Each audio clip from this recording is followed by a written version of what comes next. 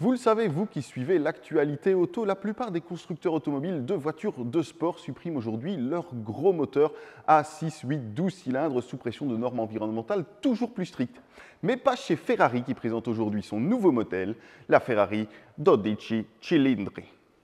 Et la Ferrari 12 Cilindri, c'est quoi ?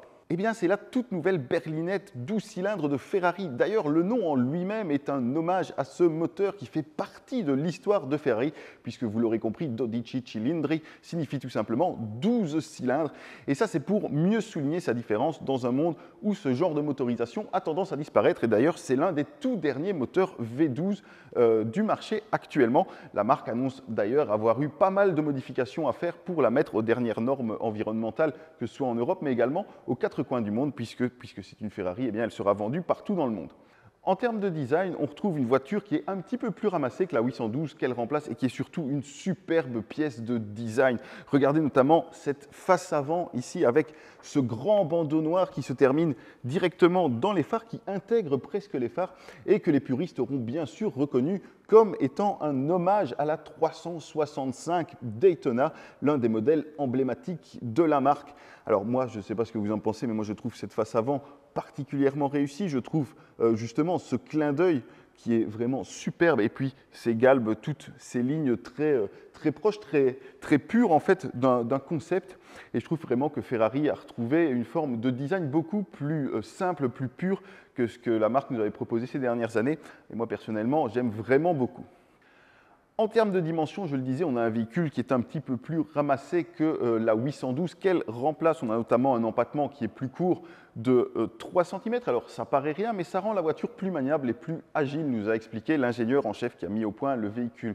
Je tiens également à souligner ces jantes qui sont des magnifiques jantes de 21 pouces. Alors ce sont les jantes de série qui ne sont pas des jantes qui ont été fabriquées, mais qui ont bien été usinées à partir d'un seul et même bloc de métal. Elles sont absolument superbes et elles seront proposées avec plusieurs finitions au moment du lancement. Le traitement de la partie arrière est également particulièrement travaillé, notamment cette partie noire ici. Donc on retrouve ici un design très particulier en forme de delta wing, comme l'expliquent les designers. Et puis on a toute cette partie arrière noire très caractéristique du modèle, mais qui cache également une vraie fonctionnalité aérodynamique, puisque vous le voyez, il n'y a pas de spoiler directement, mais on a bien ici deux parties mobiles de chaque côté qui se déploient à partir de 60 km/h et jusqu'à 300 km/h et qui permettent d'apporter jusqu'à 30 kg d'appui supplémentaire à l'arrière. Les ingénieurs nous expliquent notamment qu'au-delà de 300 km/h, eh bien, la pression de l'air naturellement permet d'apporter suffisamment d'appui, et donc c'est la raison pour laquelle les flaps se referment. Et vous aurez donc compris que cette Ferrari est capable de rouler à plus de 300 km/h puisque la vitesse de pointe est annoncée à 340 km/h. Et ce n'est pas encore la performance qui impressionne le plus, puisqu'on a également un 0 à 100 effectué en 2,9 secondes et même un 0 à 200 effectué en 7,9 secondes seulement.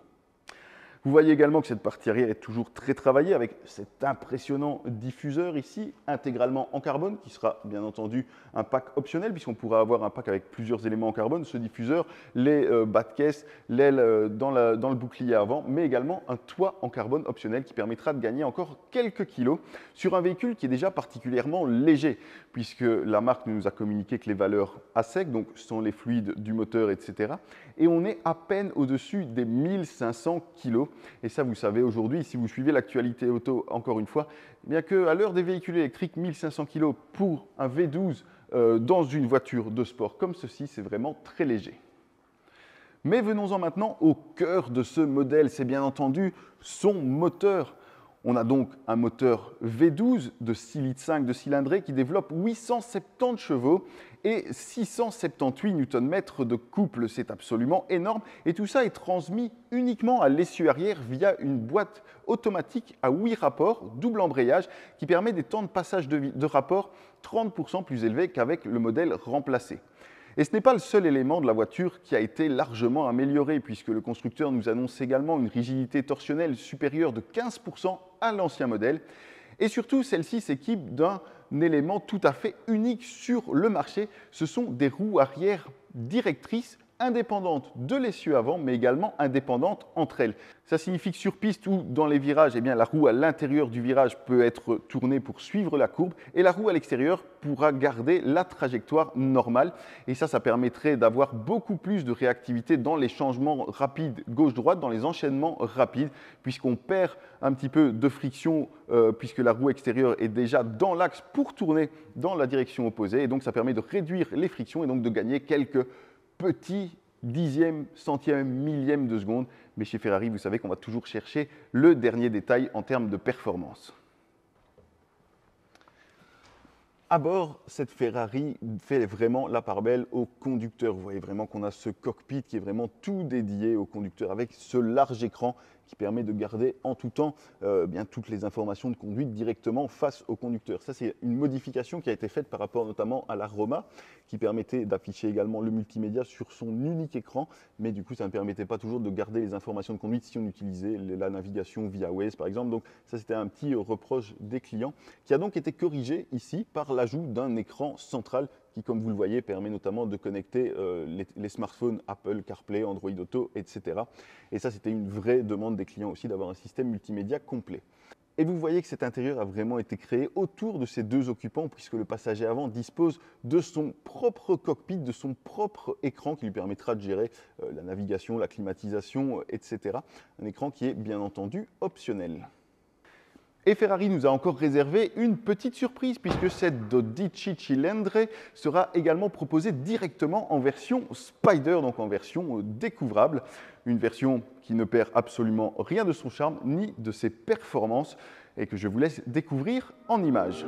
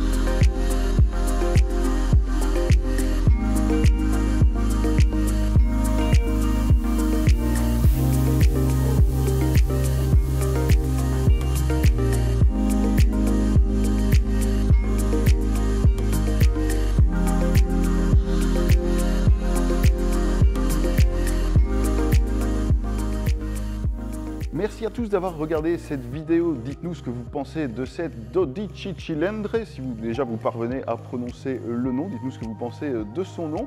En tout cas, Ferrari nous dit que c'est bien une référence à son moteur qui est le cœur et l'âme de la voiture. Dites-nous ce que vous en pensez ici dessous en commentaire. Puis comme d'habitude, n'hésitez pas à vous abonner à tous nos réseaux sociaux pour être tenu au courant de toute l'actu auto. Et moi, je vous dis à très vite pour une nouvelle vidéo. Salut!